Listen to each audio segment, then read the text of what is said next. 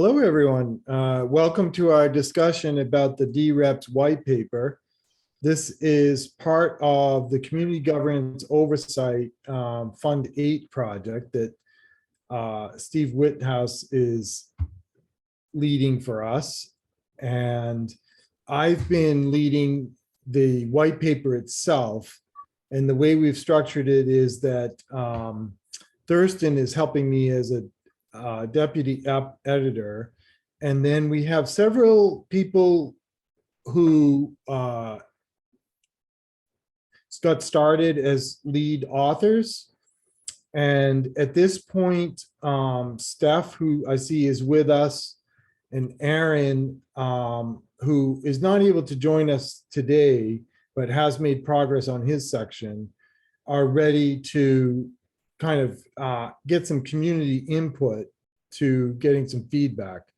And we did reserve $750 in rewards for people who make contributions by commenting on the white paper, making suggestions for improvement, maybe even providing like some references to areas that would be of interest for us to explore in our areas.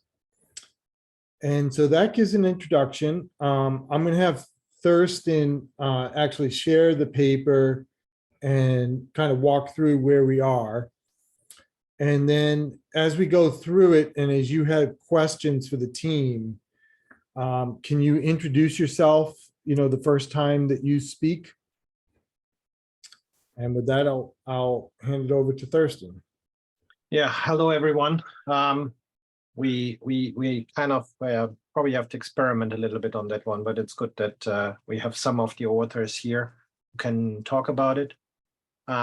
So the funding was kind of to create a white paper to have a look at different aspects of the delegated representation and to give an insight into that from an academic perspective.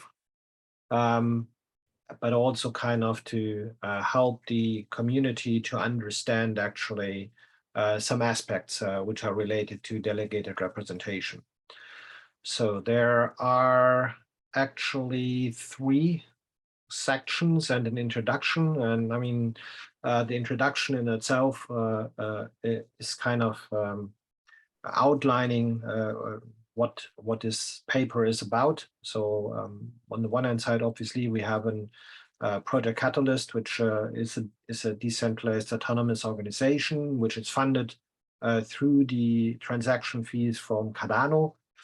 And I think most of the people in the meeting will know effectively that already. What now comes into play, and my understanding is, and Jack, correct me please if that's wrong, with Fund 10, we will introduce the delegated representation as a new principle.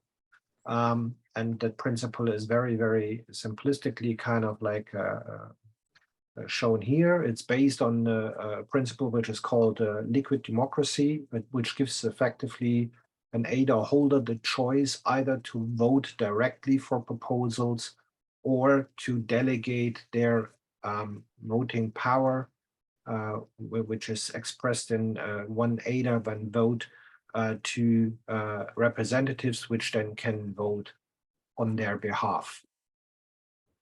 So based on this announcement from IOG to introduce that, we kind of started effectively this white paper. And the first section is effectively dealing with the question of how can you measure voting power in this delegated process? So there is an underlying principle, which is called Banzhaf Power Index. And Stephen, can I put you on the spot? Are you okay to talk quickly about the section which you wrote? Sure. Perfect. Over to you. And Thorsten, why don't you increase the viewing size of your screen I can so do people that. can Read it a bit better. Okay. Yeah, make it 200. Go to 200. Okay. Be generous, you say. Okay. Yeah. There you go. Okay. Okay. Great. Yeah, I'm Steph McCurdy. I work with Wolfram Blockchain Labs. I'm a analyst and community participant, I would say. And well, participating in this kind of calculation of power and influence in the governance process here in Project Catalyst is, I think, interesting to all of us. From a high level, the idea is to understand how distributed is the influence of voting wallets in each voting round. And from you can begin with a very simple example and then get much more nuanced and much more complex. And the reason why it gets complex is because if you have about 50,000 wallets voting and you have about 1,000 proposals, or however many proposals are included in a particular funding round, then you need to calculate the combinations of coalitions who vote for a particular outcome. So let's say everyone voted for one proposal, then that's one coalition, and that's somewhat simple to calculate. But if you have 50,000 wallets voting yes and no across many different proposals, and you want to know how the whole event of that funding round occurred, it gets complex.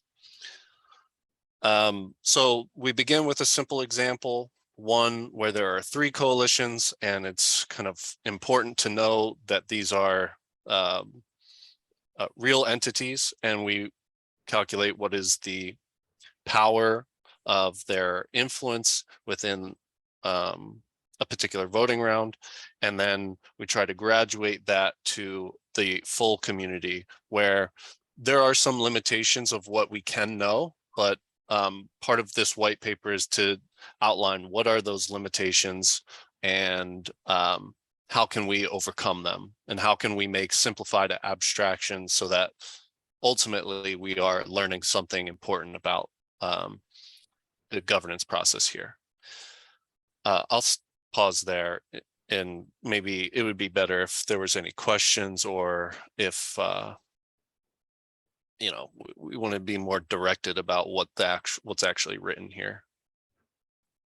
Yeah, my suggestion is perhaps that we kind of explain this example quite quickly, just on the verbal side, and then kind of look at it from this bands of power index. I will then kind of probably roll forward. So if you just kind of sum up this chapter here in your own words, and then we kind of go into the next one. Okay, so in the Genesis keys established for making like changes to the blockchain, there were 7 keys distributed, 3 to IOG, 2 to Cardano Foundation, 2 to Emergo, and you needed 5 in order to pass an approval. In this circumstance, there are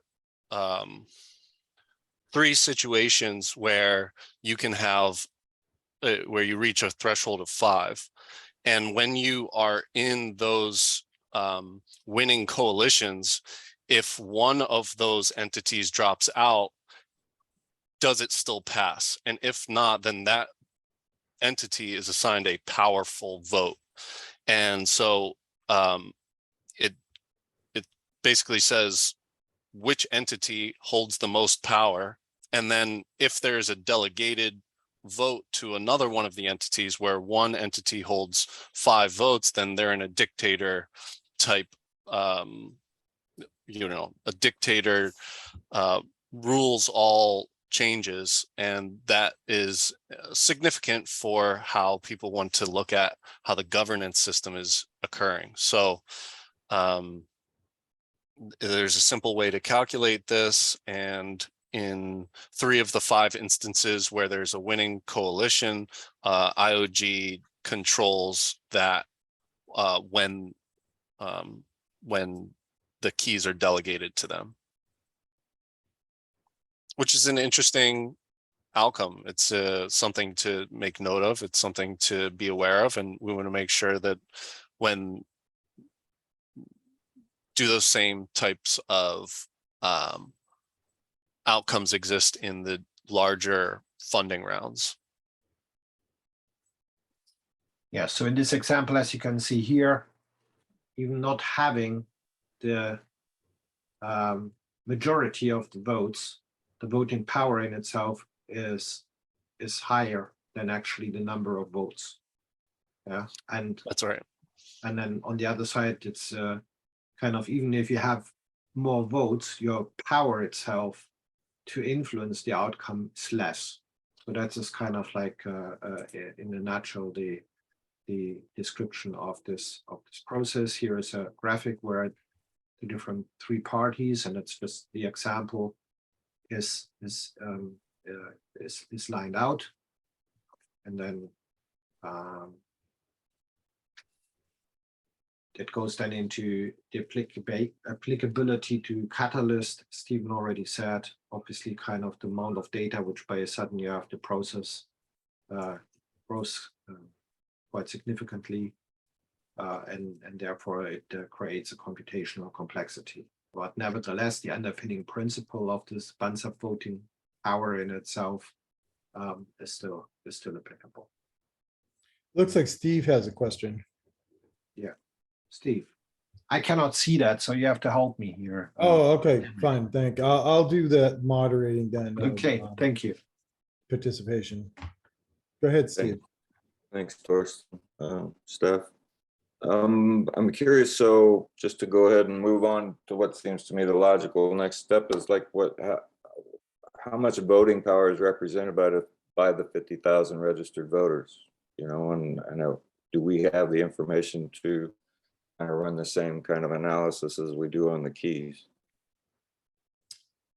You know, in terms of like, I can answer that, and then Steph can flesh it out some more. So that is a high priority for us to do as part of the project and part of this white paper.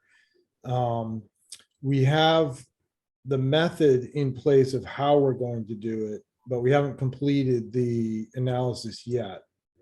But the basic idea is that we will take the data that my team collected for rounds 4 and 5, and we'll now be able to pass it through this Banzer power index.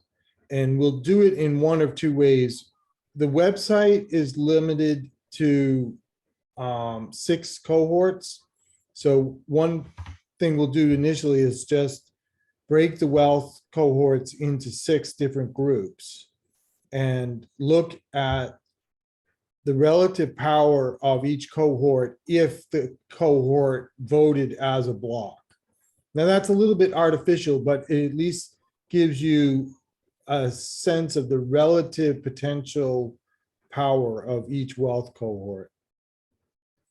And then Steph has a prototype analysis tool built in Mathematica. We're still doing some troubleshooting of it, so we're not ready to use it yet. But once that's working, then we hope to be able to do more sophisticated analysis. Thanks, Stephen. That's a great question. And I think there was someone else. Let's see. Did someone else have their hand up? It does looks like you put it down, but if you want to go ahead, that would be great. Yeah, I had a small kind of, it was a bit of a question. Hi, my name is Bruno. Hi, Bruno. From Portugal. And I work with the Empower team, but yeah, this is really cool what I'm seeing you guys writing about and stuff. And I'm just curious to, obviously with a lot of the stuff we're working on, it's experimental and we don't know, you know, exactly what outcomes are going to be and how it's going to work when we implement it. But I'm curious to whether you guys have explored the idea of like, I know you mentioned liquid voting, but retracting somehow. I'm just thinking like in the real world, it's very hard for me to disagree with a politician that I've already voted for and be like, oh, I don't really agree with this decision. but when we're describing, liquid voting in this sense, I kind of feel like there should be a way for me to go and say, hey, like this guy's done something fishy or done something that's I don't agree with, and I can kind of retract my ADA in this sense, or my delegation in this kind of more liquid way. And I'm just curious whether that's like something you guys are thinking about, because I'm just obviously nervous as to how this can be used negatively by bad actors, of course. Yeah, that's a good question. So one thing to clarify in terms of our scope on this particular project, we're IOG is working on the details of actually rolling out the actual dReps process. So we're not trying to look too closely at the details. However, I think to kind of answer your questions is the intent is that you'll be able to have some fluidity as to, who you're delegating to. Like we do now, at some point, there'll be some kind of snapshot, so to record who you're delegating to. But maybe up to that moment, it could fluctuate. And I'm happy to go to Jack, who's leading the dRep effort, and he could maybe give some a better answer to your question. And then if he has his own comments or questions, we can continue. Yeah, thanks, Kenric. I don't want to derail the main topic, but just to answer Bruno's question. So yes, they are fluid, your delegation, up until the point of snapshot. So as Kenric alluded to, you can delegate your vote to multiple dReps, doesn't have to be one. Once a snapshot's happened, that your delegation is there for that fund, but it resets after the next fund. So your delegation comes back to you essentially, and then you can redelegate to the same dReps if you like what they did. But if you don't like what they did, to your point, then you can delegate to someone else, or not at all, and vote directly. So that's sort of the fluid mechanics behind it. Okay, yeah, thanks for that. I'll add to that too, sorry, Bruno, that one of the things that's motivating me and the work that I hope staff now with the tools they have can get at is this question about how much power do you actually have in the decision-making process if you vote yourself versus whether you delegate. And so there's a kind of, you save time obviously by delegating. And maybe your vote is potentially more influential if you're well aligned with the person representing you. But there's also the possibility, as Bruno's describing, that maybe the person doesn't represent you well and you end up losing power. Those are the kinds of things that the Bandoff index gets a start at, and then we have reviewed earlier in the year a paper on a revised Bandoff index specific for liquid democracy. And so in this white paper, we're planning to outline sort of the specifications for that kind of computation. We're going to try to complete this during the month of September, so we won't have the software developed by then, but I'm hoping that will motivate both Wolfram and other groups to actually build this kind of software for the community. Okay, awesome. Thank you for the clarification, Jack, as well, and Kenric.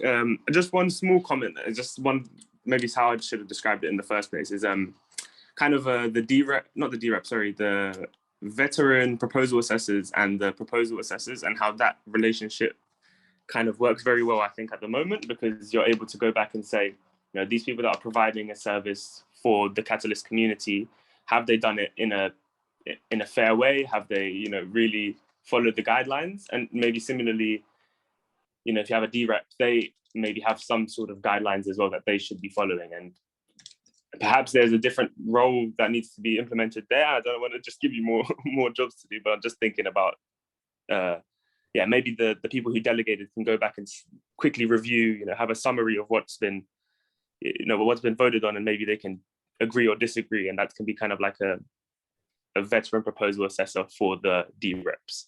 I don't know if that's clear, but yeah, it's kind of what I wanted to say. That's a great question. I don't have an answer, but Jack, please go ahead if you have some insights on that. Yeah, just a quick one on that, Bruno. Yeah, so dReps are, we think, complementary to the Catalyst ecosystem. And part of the sort of transparency to that is that to earn dRep rewards, if you are a dRep, you must provide rationale for why you voted and where and what you voted on, yes or no. And that will be published to the delegates that voted to that dRep, but also more widely beyond just those delegates that vote to delegate to that person. So you can see where they voted, if you approved of it or not, you know, on reflection. And as Kenric said, was your voting power used as the way you'd hoped it to be used? And if not, well, then you won't vote or delegate to that dRep again. So that's sort of the transparency level that we've got for dReps. Great. Go ahead, Steve. Yeah, I've been thinking about this from the first time I heard delegated representative. I mean, it really catalyzed a lot of thought in my head about what could come out of it, you know, because just in my own experience in voting, I know when I found out that I voted actually in contradiction to what I would have liked to have seen, you know, in some of the early funding rounds, right? So there's this process of education that people go through as individuals, just in making sure that they know that they're voting on the right thing. But then you get into nuances, you know, like which groups, which projects, you know, are actually holding to the ideals that you want to see funded. You know, there are those kinds of questions. And so what I see happening over time is as a group of dReps forms, right, they will have particular proficiencies, you know, and that some guys are going to say, I'm going to be focusing on infrastructure and Internet of Things related ventures, right? Because this is what I know the most about. And so somebody's going to know that they can split off some of their vote and give it to that guy because they're interested in that kind of development also. In the same way, you'll see people who know about education and community building, and they will, you know, be the ones to go to because you know that they're really going to research those projects and support the best ones available. And so in that process, you know, what I can see is collaboration among dReps in talking about what's available to vote on so that voters know where they stand on what's available, as well as, you know, get to understand their thinking about what they're likely to vote yes or no on. Yeah, and your comments actually raise an important issue too, that we won't be able to look at right away with this particular white paper, but I think is critical for future work. And that is the following, that I hear in the comments that sort of maybe a positive thing that will come out of the dReps is this ability for the dReps to collaborate on decisions about proposals. I see personally a lot of danger in that kind of scenario for the following reason. What you learn in studying this issue of the Banzhaf power index is that power grows non-linearly as you are able to consolidate votes. And I think that's the heart of why parties form in politics and why they're so powerful. So this is, so to answer that, Kenric, you know, like what I felt like is, you know, the protection against what you're saying is this 1% cap, right? That the idea that no one dRep can have more than 1% of the available voting power. And this gets interesting then.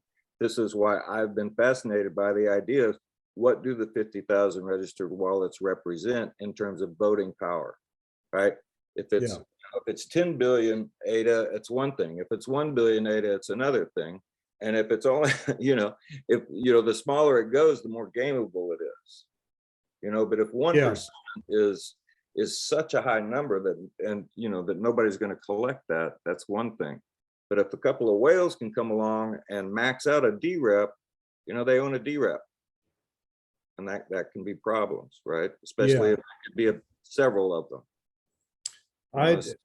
Maybe I should be cautious, but we could, it's not for this call, but I did look at that, and I won't read numbers today from the top of my head, but yeah, so the idea is the two things there are, you know, what percentage do the whales who currently own, you know, between 10 to 50 million, but could potentially own quite a bit more than that, you know, what's their relative power?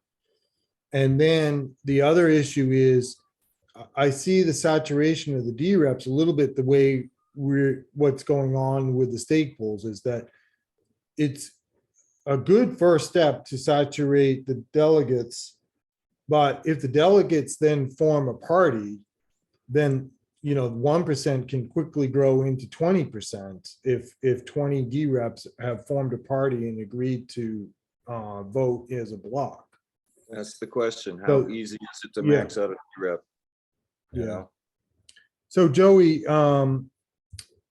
could you go ahead with your question?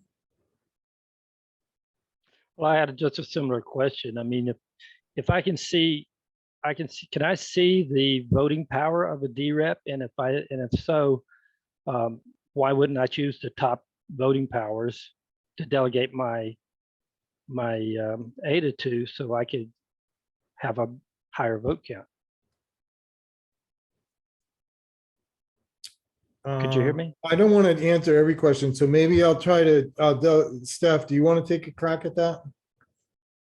I think it's an interesting question. The thought behind that, Joey, is if a dRep has a lot of power and you want your, well, I guess, are you aligned with them? You know, and I think the transparency of it too is, at some point, if you can see the whole field of how somebody has 25% voting power, we'll just, you know, say, just choose a number, you know, does that agree with your level of decentralization, the thing that you kind of brought you to this space to begin with? Is that aligned with your philosophies? And perhaps the trade-off changes at some level where you'd rather not add to the level of concentration for your own convenience versus decentralization. I think with more information, we'll see at the margins how those things change. And, you know, we'll share that. The point is to be more transparent. The point is to be able to make your own decisions. But I think that's an interesting point, how, I guess I hadn't thought all of that out. So Yeah, I think that's an interesting point. I guess my concern, I mean, I'm not going to play the system, but if I wanted someone, a certain dReps to vote on my proposal specifically, then I would pick those top people. Because you expect them to reciprocate. I expect them to vote on my proposal. Because the reward that they get is big enough to be influenced by you delegating to them? Because I would hope that there'd be enough voting power there that my proposal would be voted into, be funded. I mean, That would Joey, be, I'm not going to do that, but you know, there will be, people will do that. Yeah, for sure. Yeah, I'm sure that as people will exploit the law as it exists, it's just like tax evasion or, you know, loopholes. It's people, you know, it exists. Can you do it? People will do it. Let's point those out. But yeah, I think that's a dynamic thing. It's you're maybe expecting, if I delegate to you, that was a positive thing to you, that gives you more power. I hope that you vote for my proposal now that you have more power, and I'm going to keep doing that. And there's a feedback loop. I'm sure that needs to get flushed out. Yeah. I think that's interesting. so let me I'll come to your question in a moment, Bruno, but I want to do two things first. I left something out of my introduction, which is that with this draft, we are looking for community input at this stage in your feedback. So I've opened the draft for comments to the public. So please go ahead and fire away questions and comments right in the document. I just posted the link. The other thing is I've reserved $750 in rewards for those that make significant contributions as a commenter or reviewer.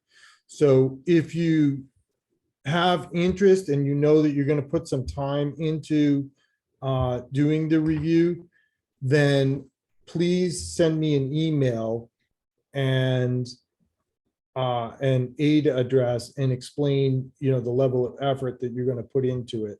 And then once I have those compiled, I'll, let you know what the reward will be. And let me put my email in here also. Thank you. And then I'm going to let Thorsten continue with his introduction of the other sections before we take some more comments. Yes, thank you, Kenric. So the second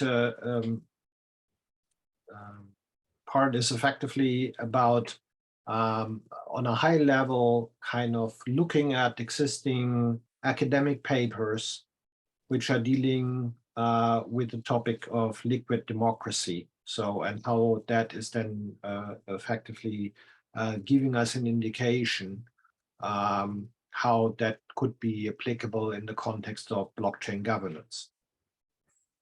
So there are not many cases where effectively this voting system in itself is used. As you can see here, there's two prominent ones. One is the German Pirate Party, and the other one is the Swedish Demox, which is a party in Sweden. And the question in itself is now obviously kind of like to be seen how that really pans out, but we are getting some indications. So the number of questions which have been discussed in different papers, and they're kind of trying to find answers. And when you go through the papers, and obviously we don't have Phil here, but I had a conversation with him. It is the question of, do I get better outcomes or do I get worse outcomes? And I think the question in itself is the outcome a good or a bad outcome when I work with liquid democracy? So, and as I mentioned, there are a number of papers who are discussing this effectively now from different perspectives. What are the positives? What are the negatives? And I don't want to butcher effectively his work, because actually kind of it goes into these different aspects. So please feel free kind of to go through that. And as Kenric already mentioned, and ask the relevant questions. Yeah. Yeah, and I should also just add that Phil is on travel this week. He wasn't able to attend our meeting yesterday, and he just posted this, so we haven't read it ourselves yet. Yeah. So why don't we skip this section and go to Aaron's section? And if you want me to, I can introduce that, because I did go over this, and I've been in discussions with Aaron about it. So I'll give a little bit of a highlight of what Aaron's team is working on. Aaron is leading a group that is developing software called Consents, which will be a website where communities can work together to create agreed upon documents. So on the one hand, it's a little bit like Google Docs in the sense that you can collaborate, but it's also trying to go a little bit further in a process similar to Wikipedia, where there's some editorial back and forth, and there's an idea of converging to a consensus about the document. But then it goes even further than what Wikipedia provides in that it allows the community to kind of vote on phrases and sentences and paragraphs. And then once drafts are reach a certain level of consensus, then that's considered approved. So one of the things they're interested in is both what kind of voting processes should be used in the creation of these documents. And then also how would being able to create this kind of a document support dReps and other governance processes. So you can, and then he provides if you scroll a little bit, he provides a diagram of, in a sense, a process similar to dReps, but with other elements in it related to this creation of documents. So if there's questions about that, or if you do have questions about Phil's section, I can try to address them. But as I said, I haven't had a chance to read it yet. I know that what he was working on is kind of a high level overview of liquid democracy and what other researchers have commented about it.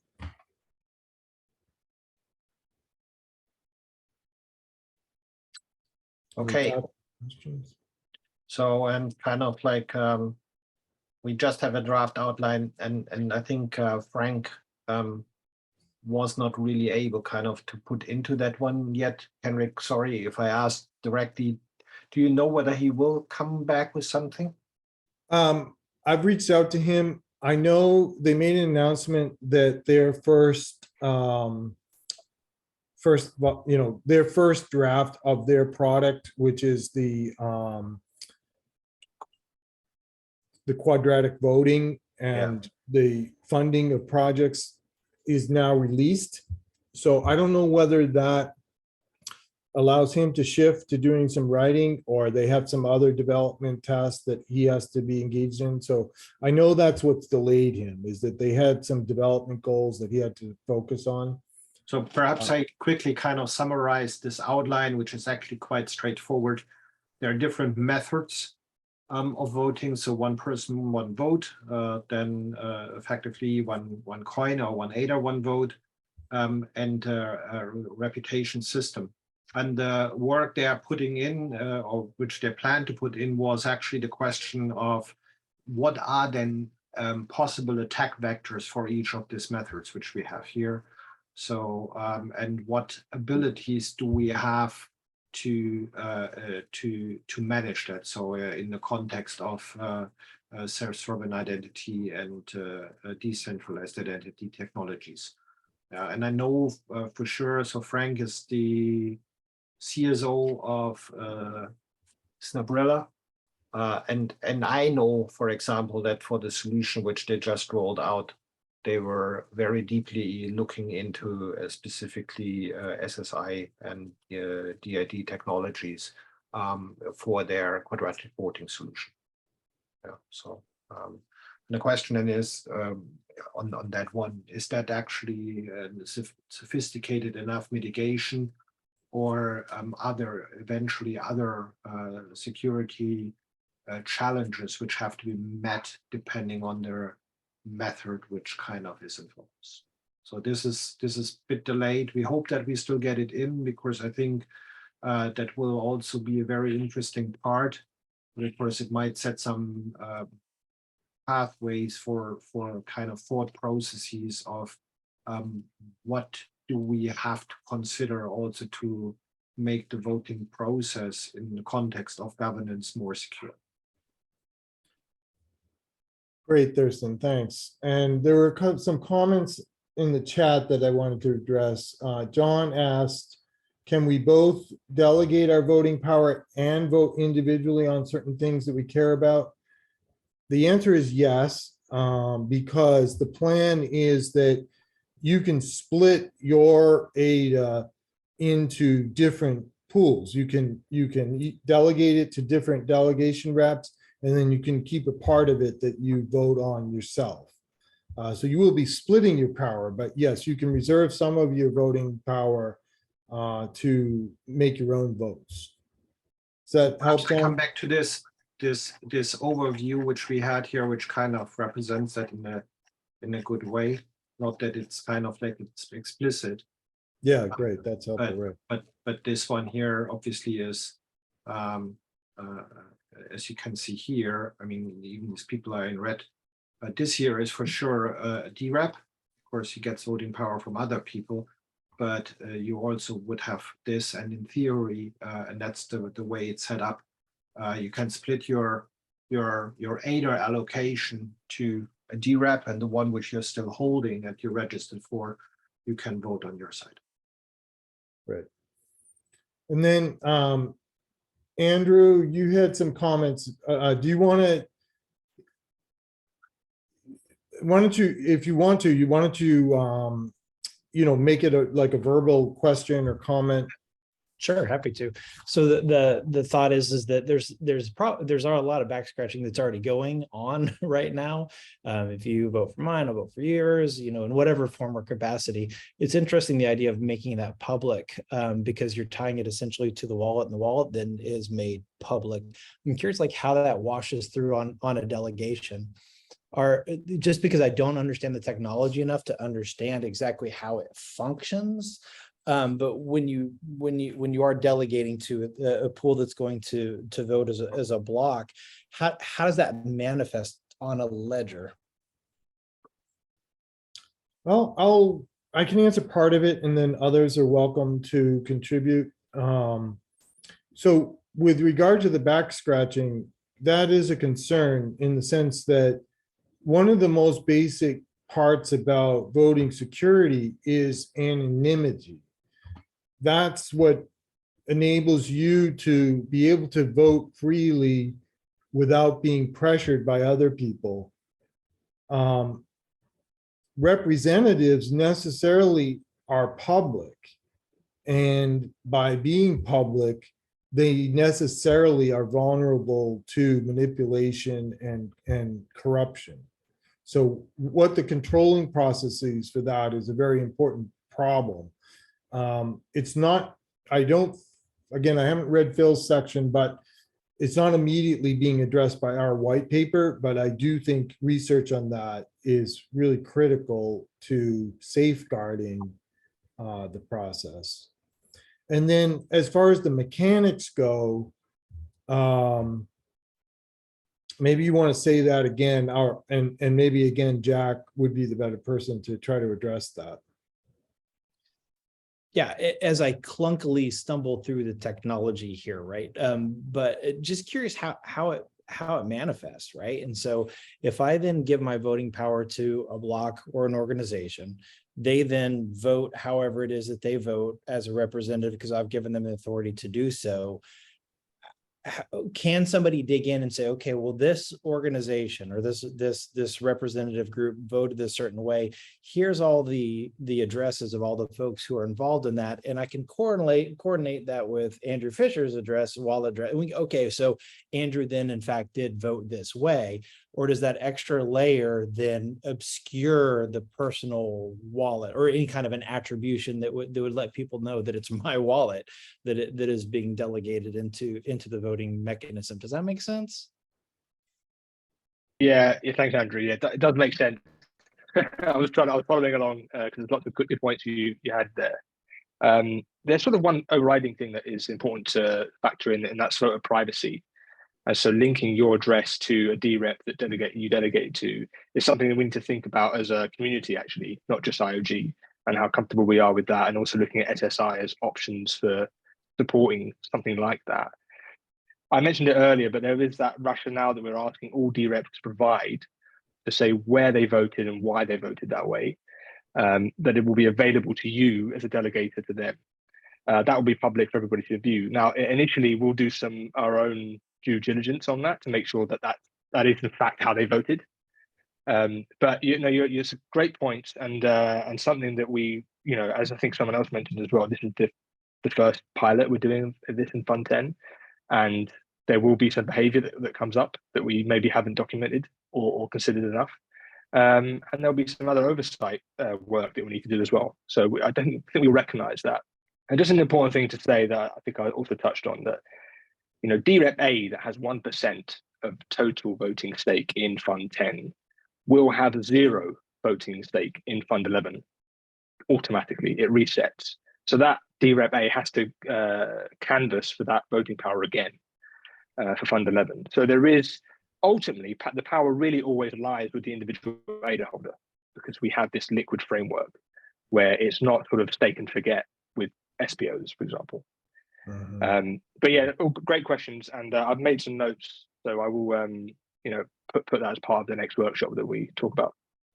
You know, Jack, I've been wondering about that, because, you know, my thought has been like taking, you know, the way we assign an ID to assessors, right, to just give them anonymity. You know, we could do that with the wallets that delegate to dReps, right? So that, you know, the dReps record is still public, but, you know, there's that mask for the wallet, the individual wallets that get delegated. Just on the outside. Yeah, and as you say it, Steve, I can make a counter argument too, that since the delegated rep has to be public, both in terms of how they represent themselves, even if it's a pseudo identity, and what their vote is, it maybe seems reasonable that anyone who delegates to them also has to be public about their delegation. And the reason is the community has a right to know who's influencing a delegate.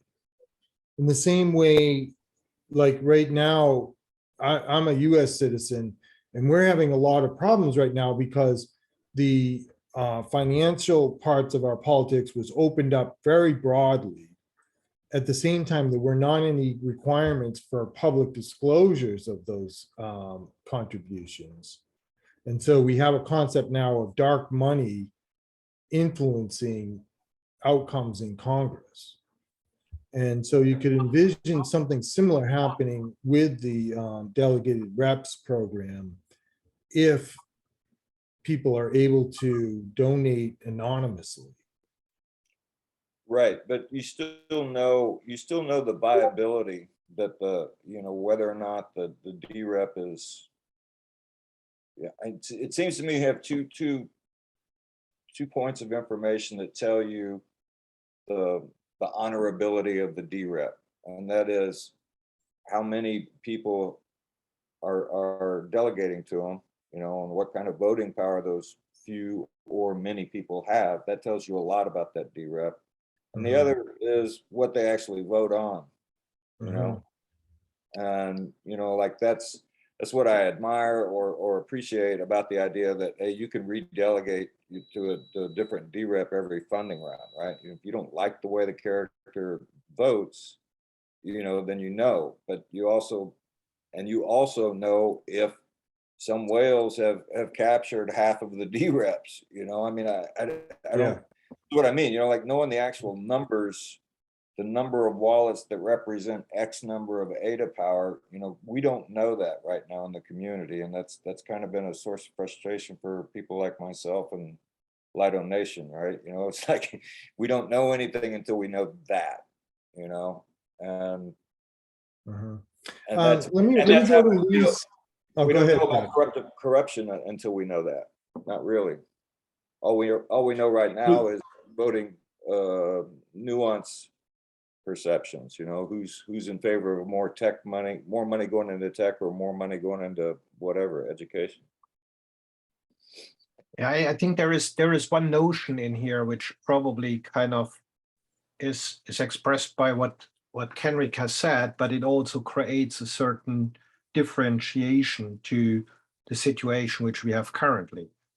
So if a whale wants to stay anonymous, all you would know at the end of the day is actually that there is a certain amount of ADA which might have been part of the voting, but you cannot correlate that to effectively an individual.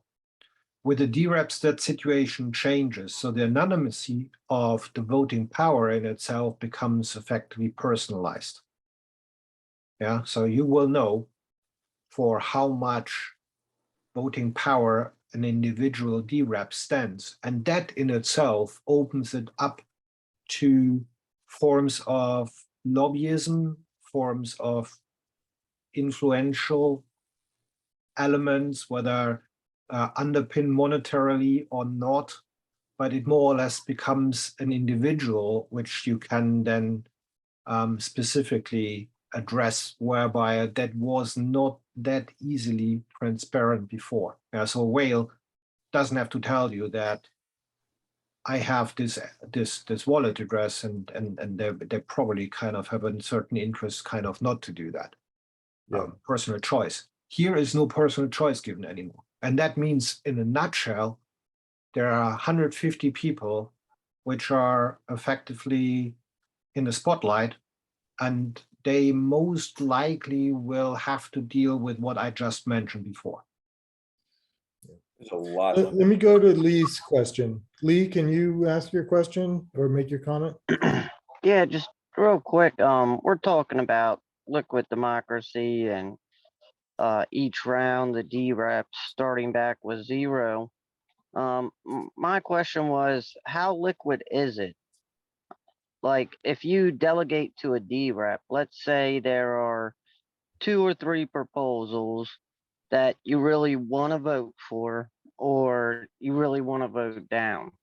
Once you have delegated your voting power to that dRep, if you go into the voters app and cast your vote, will that override the dRep for your amount of ADA on that particular one if he votes against the way you voted? Well, the way it's going to work is that you can decide how much of your coins you want to delegate to different representatives. And then the ones you reserve for yourself, you can vote on yourself. And the ones that you delegated to a rep, they're going to vote on. And at some point, there'll be a snapshot. And once that snapshot is set, that's going to set how much of your coins you have control over and how much of them you've delegated to a representative to vote on. Does that answer your question? And Yeah, just to the expand, answer is no. sorry, Lee, I'm just going to quickly expand on Kenric that, and Danny sort of said this in the chat. So it is something that we want to do because that is the true liquid nature of liquid democracy. Our refined version of this currently doesn't allow for the override feature to what you're saying. So you've delegated, 1,000 ADA, but you can't go ahead and use your 1,000 ADA to override a decision that dRep made for you in that current voting cycle currently. So that's something that we definitely do want to look at expanding on. Okay, that's interesting. But to Kenric's point, I think just to your actually point, Bruno has waited a while since. So why don't you go, Bruno, with your question that you had earlier? Yeah. No, I just wanted to just another kind of comment, not really a question for anyone, but yeah, I do view the dReps in many ways as sort of in a similar position as staple operators. So yeah, I feel like there should maybe be some differentiation. I guess that's what you guys are looking at between dReps and their kind of. So yeah, you said I can split my voting power, but I assume a lot of the people who are delegating voting either don't have time or don't have a lot of ADA and would rather, put their ADA with someone who has similar philosophy to them or similar ideology, and they would assume will vote on similar stuff. So yeah, it would just be. I just don't want it to become like a popularity contest, like SPO kind of has become in a lot of ways. I'm not saying that's a bad thing for decentralization. It could actually be, good in the SPO sense, but for dReps, I feel like it could be dangerous because, just someone with the biggest, community or with, some sort of influence already within Cardano now or within their community somewhere else, I don't know, it could be dangerous, I feel like. So that's just my comment. Yeah. Thanks, Kenric. Well, yeah, and this is a kind of longer term that, as I was indicating, in normal democratic processes, as you correlate votes together, your power grows non-linearly.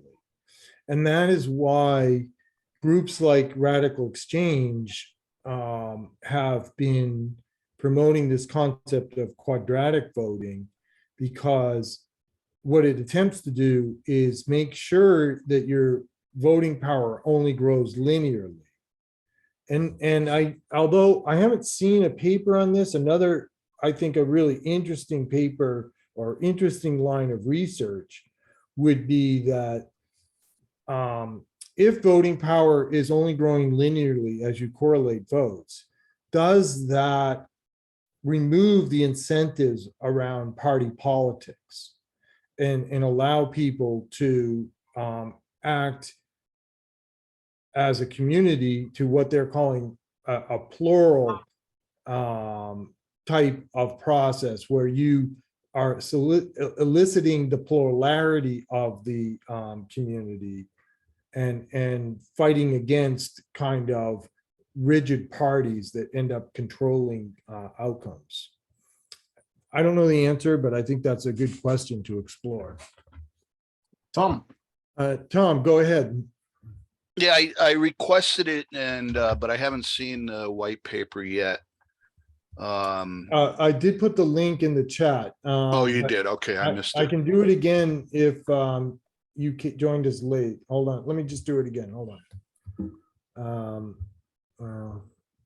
So just a basic question from my old days as a risk manager, listening to all of the intelligence in this Zoom meeting and arguing the sides, it seems that the arguments are very much slanted towards negativity, towards the downside of what could happen, the corruption, the influence, the whale pods, whatever it is. What I have not seen, and I have not really heard the arguments, and I know a little bit about liquid democracy, etc. But what is the end goal, and what's the positivity side of risk management for initiating this? Thorsten, do you want to take a try at that question?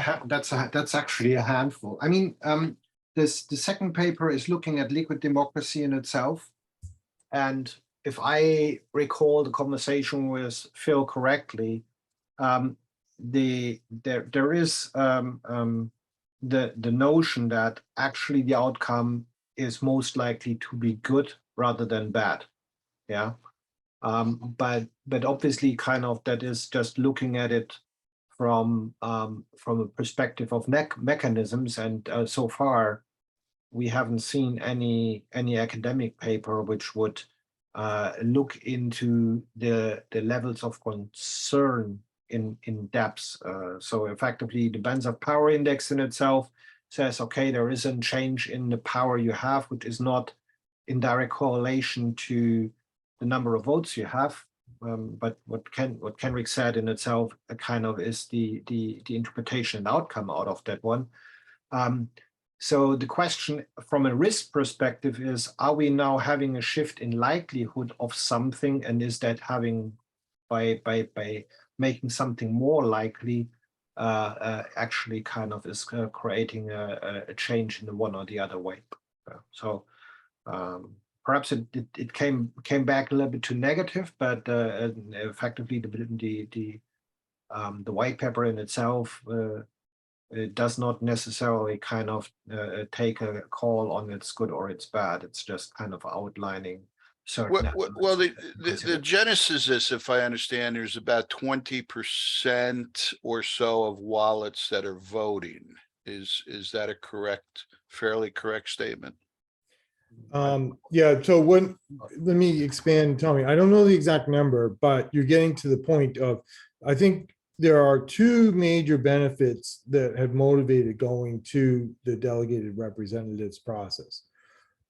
The first one is to dramatically increase the participation size. And by dramatically increasing the participation, that also increases the security of this being truly a decentralized decision-making process. Now that's sort of the potential game changer in terms of positive benefits. And then there's a secondary benefit in that if the delegated representatives actually put more time into the decision-making process and thereby arrive at better decisions about which proposals to fund, then that has the potential to improve the quality of the outcomes of the decision process. And that last comment, again, is another research area that we're not able to address right now in this white paper, but I would like to see more work done on is the following, is that a lot of what we're working on is sort of the mechanics of the process and like the dynamics of the power. I think of those kinds of things as inputs to the decisions. But what would be great to look at is the outcomes. Can you measure the quality of the decisions that are made? Can you come up with some way to have an independent kind of assessment? You know, did you fund the right proposals for the right reasons, or did you not? Now, I'll give you one example I've seen is in the current process, we have an effect that people are referring to as the whale effect, where you can see that a few big wallets seem to be funding and getting approved proposals that have gotten very poor quality reviews in the proposal assessment process. So that's kind of a hint that maybe there's something that isn't good about our current voting process. I think if you have a refinement to that, Tommy, happy to hear your refinement to the answers. Otherwise, I'll move to Nin. Please move on. Go ahead, Nin. Yeah, I was going to add, there are definitely benefits to liquid democracy and dReps, right? Just like Kenric mentioned. But essentially, it follows the model of staking to like delegating staking to SPOs, stake pool operators, right? So delegating your voting power, kind of like staking your ADA. We do have the 500 bar for people to be able to even vote. Like I have to transfer ADA from a different wallet to my Euro, Nami, Eternal, one of those compatible wallets to be able to vote in Catalyst, right? And if you don't have enough, you're completely out. Now, I believe that 70% of ADA is staked on Cardano, roughly, something like that, right? So I think the push there is, you know, if from 10, 15 to 20% voter participation, we can have more ADA represented by, even if by proxy, right? And also adjust the disparity between, you know, someone who doesn't have a ton of ADA, a big bag to vote, to be able to collectively like crowdsource and put their, you know, backs together into someone they trust, a dRep, that then can vote on their behalf, even if it's by proxy, right? That's a positive, and I think that's a viable solution. You know, it's an experiment. But another thing I wanted to add, right? No system is perfect, of course. There will be still like factional problems and tyranny of majority. Like, what if? Can you guys see my screen? What if, people can still, like, you know, dReps can bang together and vote for something or vote against something. And the whale voting effect has been increasing since Fund 5, right? 5, 6, 7, 8. So dReps can potentially, and this is awesome research done by David Perlman. And I'm happy to share the slides. But essentially what happens is, you know, dReps may not be like 100 million wells or 50 million wells that are voting, but they still have more voting power than the average. Hopefully they'll have more voting power than the average catalyst vote, right? To offset the super wells, which can single-handedly say yes or no. Thanks. And- Dan. Yeah, go ahead. And does anyone have a feedback from Nin? Yeah, I just wanted to concur quite a lot with Nin then, that sort of one of your points, Kenric, is an interesting one around sort of on reflection was something that you voted on, the correct thing to vote on. And that sort of idea transcends dReps. I mean, this is a community issue that we all have, right, over the time we've been running the funds. But it's a great point to consider in the future. The other thing around sort of why dReps are positive is providing that community validity to votes. So exactly what Nin is saying, how do we help bridge the gap between low value ADA wallets and the whales? And dReps answer that quite conclusively, in my opinion. Obviously, there will be behavior aspects that we've just touched on many times and factional issues that, you know, we've all mentioned here, that we will analyze and review when they happen, when we see them. But overridingly, the positives are the validity of the whole community rather than, you know, less of the community. Well, and that's question is what's motivating my interest in this, is to get some quantitative assessments as to whether this levels the playing field.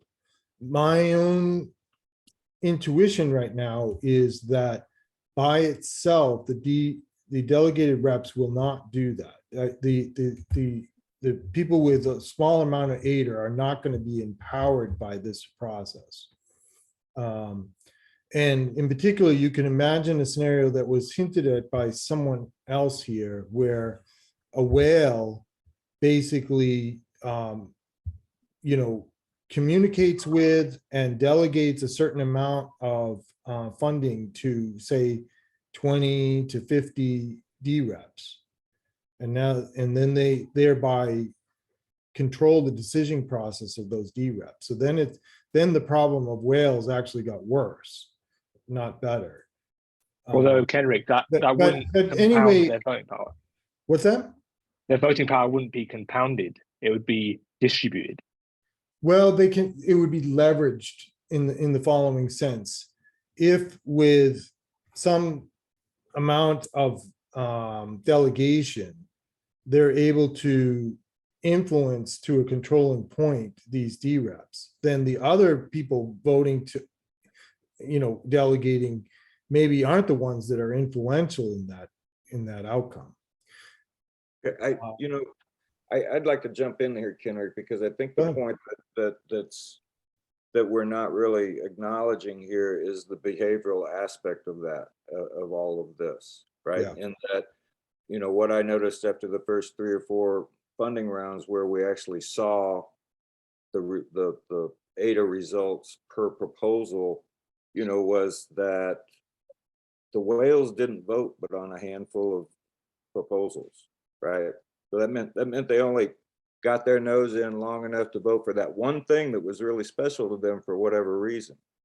Mm. And so the question then for me is behaviorally, what happens, right? The overwhelming majority of the number of wallets sit between 10 and 100,000 ADA. And they are overwhelmingly not going through the catalyst process and voting on all these things. If it's made easy for them, will they start delegating and that voting power be represented? And also that question is true for the whales. Are they going to go ahead and let their voting power be applied more broadly than it has been? You know, these are kind of the questions we're going to find out just in terms of, you know, behavior within this community. Yeah. And if whales vote for a broader spectrum of proposals, what kind? You know, what are they going to support? You know, excuse me, I thought I had opened up the paper to the community, but I had not. I've done that now. And at the moment, it's open for comments from anyone. After the call, I'm going to switch that to just being able to view by the community. But if you want to comment, then you can send me an email and be part of the reviewing team. Go ahead, Nin. Yeah. Again, like I want to repeat one point, right? There is no system that's perfect, Yeah. obviously, right? So it's a big experiment. I know, like Jack said, dRep is a definite answer to a couple problems that we have, brings a lot of benefits, but even itself has a limit, and could be fractional control problems, could be a couple of things here and there. But it is a stepping stone to the next, more advanced governance systems that will address all of those things, right? And more of those things, not all of those things. Again, nothing is perfect. But I think it's a step in the right direction for Catalyst community, right? But we need to recognize we can't be comfortable and get comfortable with like a local optimum, right? We need to keep striving for, better and better governance systems. Yeah.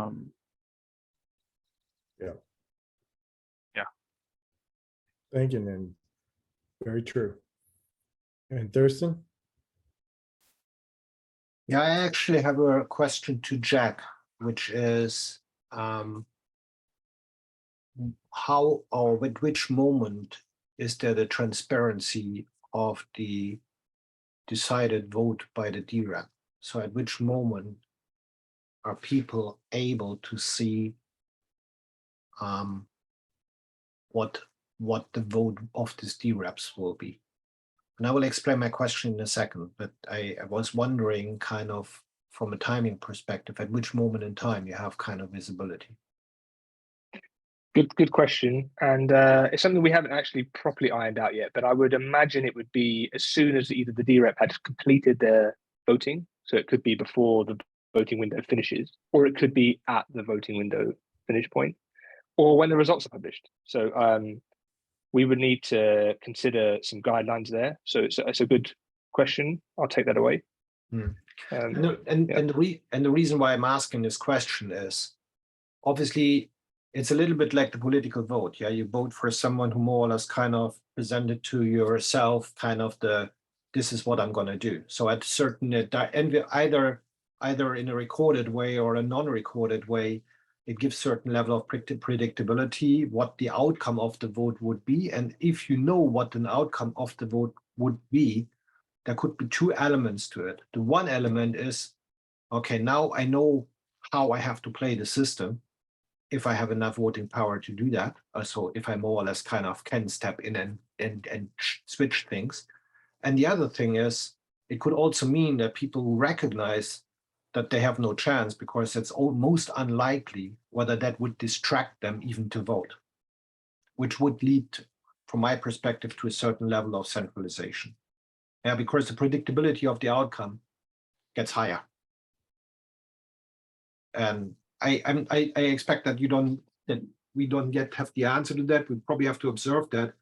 So my notion is it's not just the voting in itself, the mechanisms in itself. It's also kind of like the running up to it, yeah, to the vote in itself, and how much that can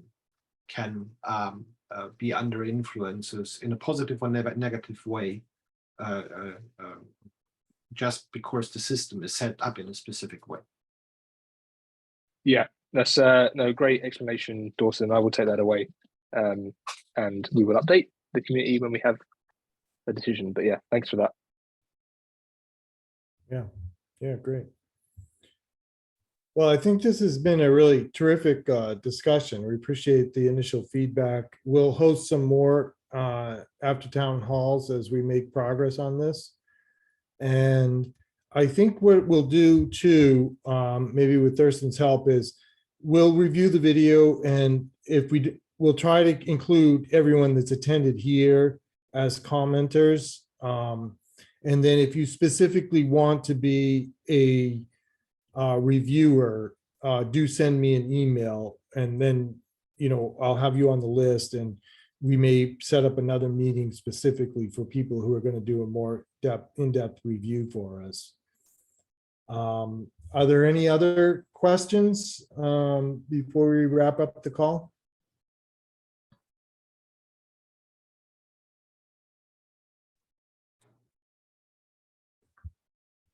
Yeah, Yeah, thanks. solid Jeff. paper. Thanks, Jeff. Kenric and team, great job. Very much needed. Thank you so Very much. good Yeah, meeting. and Nin, I know you and Frank have been very busy, but if you do get time to write your section, we'd love to have it as part of it. And Yeah, otherwise, Frank we has can been- do another white paper separately on the security issues. When is it due, Kenric? I know we just launched our platform literally this past I weekend. saw that. Yeah. Well, we're trying to do the reviews this month and then finalize it next month. So Okay, we're you got going to it. try to I'll, deliver this to the community by the end of September. I'll ping him. Cool. Thank you so much, everyone. I will stop the recording right now.